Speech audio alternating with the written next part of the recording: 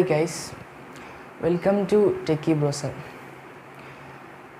ഇന്നത്തെ വീഡിയോയിൽ ഞാൻ നിങ്ങൾക്ക് കാണിച്ചു തരാൻ പോകുന്നത് എങ്ങനെയാണ് നിങ്ങൾ ഗൂഗിൾ അക്കൗണ്ടുമായി നിങ്ങൾ സൈൻ ഇൻ ചെയ്തിട്ടുണ്ടെങ്കിൽ നിങ്ങളുടെ ആപ്ലിക്കേഷൻസൊക്കെ, അതായത് നിങ്ങൾ യൂട്യൂബും അതുപോലെ തന്നെ ക്രോമും, അതായത് ഗൂഗിളുമായിട്ട് ലിങ്ക് ചെയ്തിട്ടുള്ള ആപ്ലിക്കേഷൻസൊക്കെ എന്തൊക്കെ നിങ്ങൾ ചെയ്തു, എന്തൊക്കെ നിങ്ങൾ സെർച്ച് ചെയ്തു, എന്തൊക്കെ നിങ്ങൾ വാച്ച് ചെയ്തു, ഇതൊക്കെ മൊത്തമായിട്ട് നിങ്ങൾ ഒരു സ്ഥലത്തേക്ക് സേവ് ചെയ്തിട്ടുണ്ട്.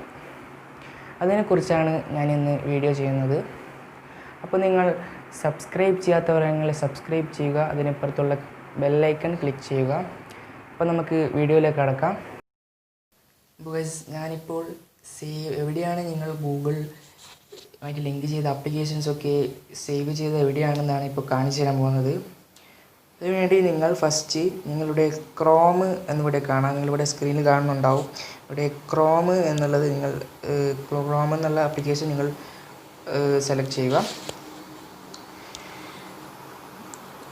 അതിനുശേഷം നിങ്ങളിവിടെ മൈ ആക്ടിവിറ്റി എന്ന് നിങ്ങൾ സെർച്ച് ചെയ്യുക. മൈ ആക്ടിവിറ്റി എന്ന് നിങ്ങൾ സെർച്ച് ചെയ്യുക.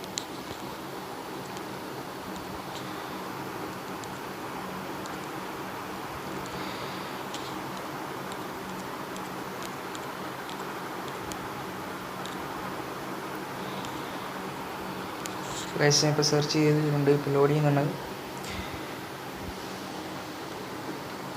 ഇപ്പോൾ ഇവിടെ വെൽക്കം ടു മൈ ആക്ടിവിറ്റി എന്നിവിടെ നിങ്ങൾക്ക് കാണാം. ഇങ്ങനെ ക്ലിക്ക് ചെയ്യുക.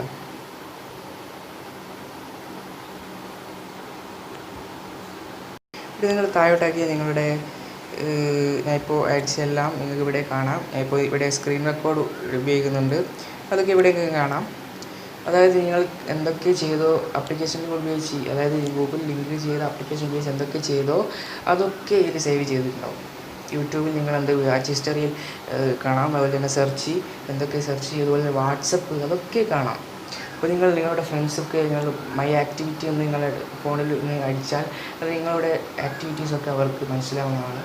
ഇതൊക്കെ ഡിലീറ്റ് ചെയ്യാൻ വേണ്ടി നിങ്ങളിപ്പോൾ ഇവിടെ 3 വരെ മൈ ആക്ടിവിറ്റീൻ്റെ ഇപ്പുറത്തെ 3 വരെ നിങ്ങൾക്ക് ഓപ്ഷൻ കാണാം.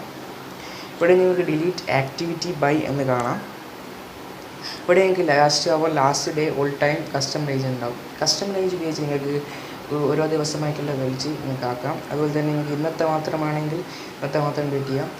അപ്പോൾ നിങ്ങൾ ഡിലീറ്റ് ചെയ്യുമ്പോൾ നിങ്ങൾ നോക്കേണ്ടത്, നിങ്ങൾ ഡിലീറ്റ് ചെയ്യുമ്പോൾ നിങ്ങൾക്ക് ഇമ്പോർട്ടൻ്റ് ആയ എന്തെങ്കിലും ഉണ്ടെങ്കിൽ അതൊക്കെ ഒഴിവാക്കിയിട്ട് ഡിലീറ്റ് ചെയ്യണം.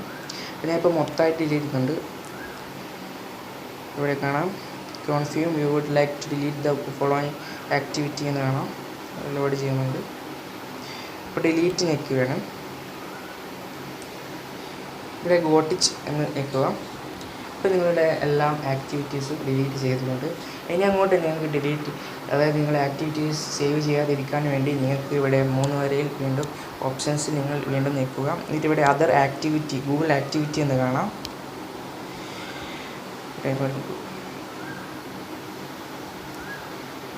ഇവിടെ നിങ്ങൾക്ക്